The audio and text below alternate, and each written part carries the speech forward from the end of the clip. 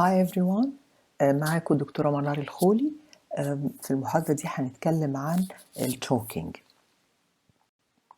Regarding the points objective learnings of the learning objectives of this lecture أو الحاجات اللي احنا المفروض نتعلمها، هنعرف what is choking, causes of choking, what is cyanosis, how to manage choking in adults, and what is the difference between management in adults and infants. To start with, definition of choking أو إيه هو choking? Choking is a medical emergency that requires immediate and effective interference. ليه immediate وليه effective? Because if it's not immediate and if it's not effective, البني آدم ده هيتحول من كونه choking to cardiac arrest. ليه؟ عشان choking ده عبارة عن إيه؟ Choking ده is a blockage or blocking upper airway which prevent normal breathing. يعني إحنا مدخل الإير أول حاجة في الupper airway بتقابلنا إيه بعد النوز والفارنكس؟ بيقابلنا اللارنكس. لو اللارنكس اتقفل خلاص مفيش breathing، وبالتالي البني آدم هيموت. طيب الchoking دوت أو الobstruction ده leads to what or causes what? It causes simply cough. يخلي العين عمال coughing in an attempt to release or expel the obstructing object. يبقى الكاف في الحالة دي is a protective reflex، بيحاول العيان من خلاله يتخلص من الفورين بادي اللي هو بيحاول يقفل أو اللي فعلا نجح إنه يقفل الupper airway partially وبيحاول يمنعه من complete obstruction. طول ما البني آدم قادر to cough effectively، ده مش complete obstruction، ده partial obstruction. طيب most common causes of choking إيه؟ Most commonly it's food. أكل ما مدغناهوش كويس، not properly chewed، اللي هو زي ما بيقولوا كده في الكومن بيزلط، بياخد ما بيمضغش أكله كويس وبيبلعه بسرعة، فيبقى عنده احتمالات الupper airway obstruction أعلى. بالنسبة للأطفال عندنا حاجة زيادة هي التويز، علشان كده دايما هنلاقي على صناديق اللعب بتاعة الأطفال في age limit. الage limit ده مش بس علشان الطفل يقدر يستوعب اللعبة دي في سن معين، لكن كمان علشان it's dangerous to leave the toys with children in certain age. Most of the danger أو أحيانا كتير بيكون الدينجر ده سببه إنه اللعبة دي فيها particles and if the child is young enough ممكن جدا يبلع البارتيكل دي من غير ما يفهم. الأطفال دايما عندهم tendency يحطوا أي حاجة في بقهم، وبالتالي it might lead to airway obstruction. طيب إيه هي risk factors that might lead to choking؟ في الادلتس أول حاجة advancing age بتزيد مع زيادة السن، poorly fitting false teeth and alcohol consumption.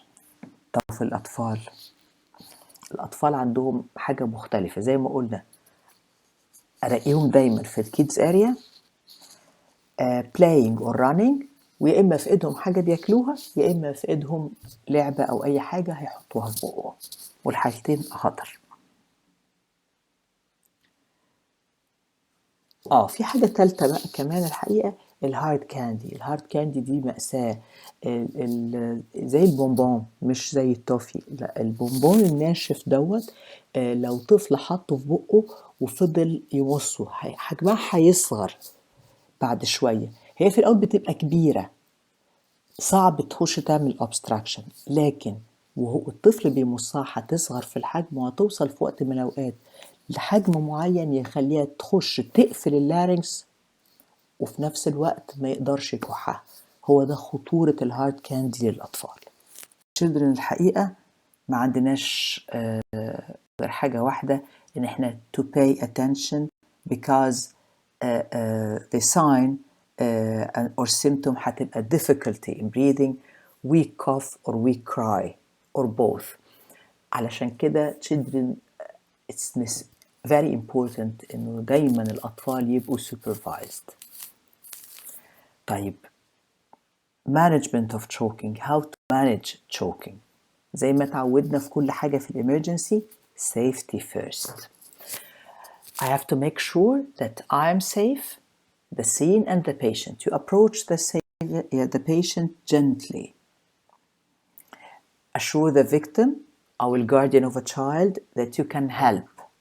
يعني أقرب منه بالراحة وابتدي أتكلم مع the victim himself أو لو هو child أتكلم مع الأم أو الأب أو الكير جيفر اللي موجود معاه. Hi, are you choking؟ أنا موجود وأنا ممكن أساعدك. لو العيان أو الفيكتيم ساعتها is coughing effectively زي الكحة دي ما بمدش إيدي عليه. I have just to encourage him to cough. أنا موجود وواقف جنبك، كح جامد وحاول تطلع الحاجة اللي سادة زورك أو الحاجة اللي واقفة في زورك أو الحاجة اللي سادة اللارينكس ديت. لا بديله مية يشربها ولا بخبط له على ظهره ولا بعمل أي حاجة في مرحلة الإفكتيف كاف. Just assure the patient and encourage him or her.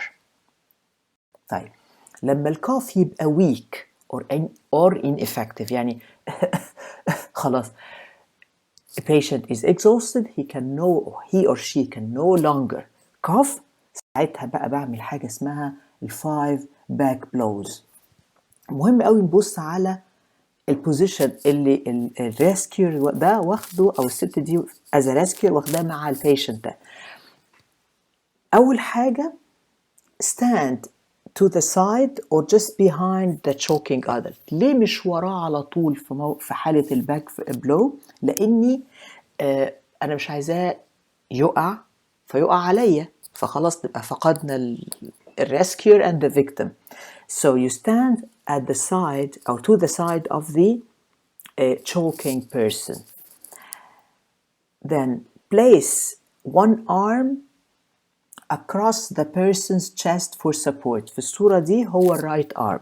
يعني the rescuer is putting or is placing her right arm around the person's chest. They're supporting the patient. Then bend the person over at the waist so the upper body is parallel to the ground. يعني خلي العيان يتني جسمه بحيث انه النص الفوقاني بيتني من عند الويست بحيث ان النص الفوقاني يبقى تقريبا parallel to the ground. تقريبا مش بالضرورة. انا بكده بعمل ايه؟ بحاول اساعد الجرافيتي to help expel the lodged او الفورين بادي اللي هو محشور جوه اللارynx. Then deliver up to 5 separate back blows between the person's shoulder blades. الشولدر blades اللي هم السكابيولا. يبقى أنا بحط إيديا في وسط ظهر العيان ما بين التو scapulae and then I deliver 5 or up to 5 separate strong back blows with the heel of the other hand. يبقى أنا لقيت عيان choking هقف جنبه one hand اللي هي في الصورة دي الرايت هاند بالإيد اليمين هلفها حوالين العيان واتني العيان من عند وسط العيان على إيدي اليمين دي فورورد بحيث إن زي ما قلت أساعد الجرافيتي. وبالإيد التانية I deliver up to 5 back blows between the two scapulae أو اللي بيسموهم الأمريكان the shoulder blades. الباك بلوز دي بتكون powerful وinterrupted مش ورا بعضها in an attempt to dislodge this foreign body. طيب بعد الخمسة دول هعمل ايه؟ هعمل حاجة اسمها abdominal thrust أو الهايمليك مانوفر. دي مشهورة جدا ودي دايما كلنا بنشوفها في الأفلام. الهايمليك مانوفر هي اللي احنا شايفينها في الصورة دي. هناخد بالنا هنا الريسكيور بقى واقف فين؟ واقف ورا البيرسون الشخص ده behind the person not by his side. وفي نفس الوقت حاطط one foot slightly in front of the other for balance. يعني ايه بقى؟ العيان دلوقتي واقف والريسكيور واقف وراه، انا بحط ايدي رجلي بعيد عن بعض، واحده فيهم قدام وواحده ورا، موقفش ابدا في حاله الريسكينج of the patient with choking رجلي جنب بعض، لا انا بحاول اوسع البيز for balance علشان العيان ما يقعش وياخدني معاه. wrap your arms around the waist. اوكي، ايديا الاتنين هيبقوا حوالين وسط العيان unlike الباك بلوز كان عندي ايد واحده بس. tip the person forward or tilt the person forward slightly. If the choked person is a child أنا بنزل على ركبي بحيث إني أبقى في نفس طول الطفل. Okay? Make a fist with one hand. Position it slightly above the person's navel. يعني إيه؟ يعني بعمل فيست، عارفين فيست يعني إيه؟ يعني بكوم إيديا، بقفل كل صوابعي، لما أقفل كل صوابعي هتبقى اسمها فيست. الفيست دي أحطها فين؟ Just above the umbilicus. And then grasp the fist with the other hand. يعني أنا قفلت كورت إيد من إيديا وحطيتها above the umbilicus، وبالإيد التانية همسك my fist. يبقى أنا عندي إيد اتكورت على بعضها والإيد التانية اتكورت على الإيد الأولانية. Okay? And then I press hard into the abdomen with quick upward thrust as in trying to lift the person up. كأني بحاول أشيله من على الأرض. والبيشنت is leaning forward، فبالشكل ده أنا بحاول أطرد الفورين بادي. يبقى لو بصينا للمنظر كده هنلاقي إنه اللي على إيدك الشمال وأنت قاعد تتفرج على الشاشة دلوقتي ده الباك بلوز، عيان is leaning forward، one hand is surrounding the patient or is around the patient and the other hand is giving the back blows. اللي على إيدنا اليمين هي الابدومينال ثراست، الإيدين الاتنين around the patient فين؟ just above the umbilicus، ايد مكورة عاملة fist and the other hand is just يعني around the first one. الابدومينال thrust زي ما احنا شايفين اهو بالصورة. نمرة واحد lean the person forward slightly and stand behind him or her. بعدين أعمل fist، أدي one fist وأدي the other hand which is surrounding the fist. Put your arms around the person and grasp your fist with your other hand near to the top of stomach. أدي احنا شايفين أهو، أدي إيدين اتنين حوالين بعض ويحطوهم فين؟ just above the abdomen، واتجاه الحركة inward و upward، inward و upward، زي بالظبط ما أكون بحاول بمغرفة أو حاجة أشيل حاجة. عارفين الإحساس المعلقة بناكل بيها إزاي؟ in و up، in and up. We alternate between 5 blows and 5 thrusts until the blockage is dislodged. طيب لو أنا لوحدي هعمل إيه؟ لو أنا لوحدي هبتدي على طول الباك بلوز والابدومينال ثراست.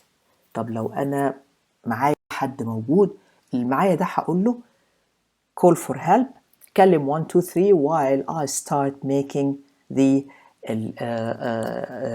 back blows and abdominal thrust. اوكي؟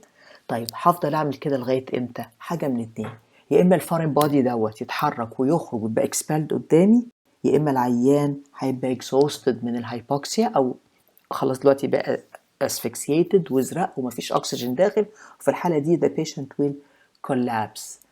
لو لقيت البيشنت is collapsing هحطه على الارض، check for breathing، مفيش breathing نكلم 1 2 3 and then start CPR. CPR ازاي؟ chest compression من 100 ل 120 per minute، ودي 2 rescue breath every 30 seconds، وده هتلاقوه مشروح بالتفصيل في محاضرة CPR وواضح بالتفصيل في الفيديوز بتاعة CPR. اوكي؟ في حاجات بقى ما اعملهاش واخد بالي منها. ايه؟ If the victim is an infant دوت اللي هو لغاية 1 year old do not do Heimlich maneuver. Abdominal thrust is not for babies below 1 year. طيب لو أنا شايف البيشنت is choking وعارف إن ده because of inhaled foreign body، طفل بلع لعبة وأنا عارفة إن دي لعبة، do not try to remove the foreign body blindly with your finger.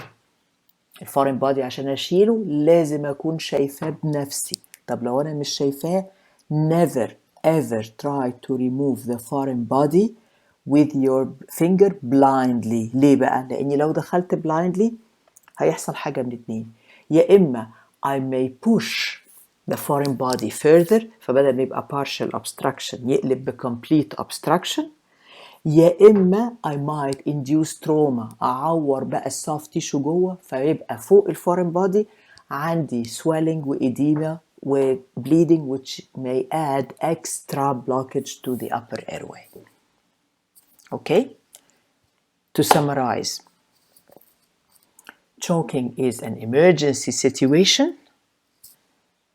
When you find a patient coughing, I just encourage him and support him or try يعني أو إن أنا أقول لهم إن أنا I'm capable of helping. لو البيشنت ابتدى يبقى ineffectively coughing أو ابتديت أشوف إن هو deteriorating يبقى هبتدي بال5 back blows and alternating مع 5 abdominal thrust and abdominal thrust until the foreign body is expelled or the patient lose consciousness. وفي الحالة دي هبتدي CPR. في الأطفال they must be supervised, no abdominal thrust for infants, and then دايما call for help. These are a list of sources. Thank you very much. من فضلكم اتفرجوا على الفيديوز because it shows how exactly we do this maneuver. Thank you.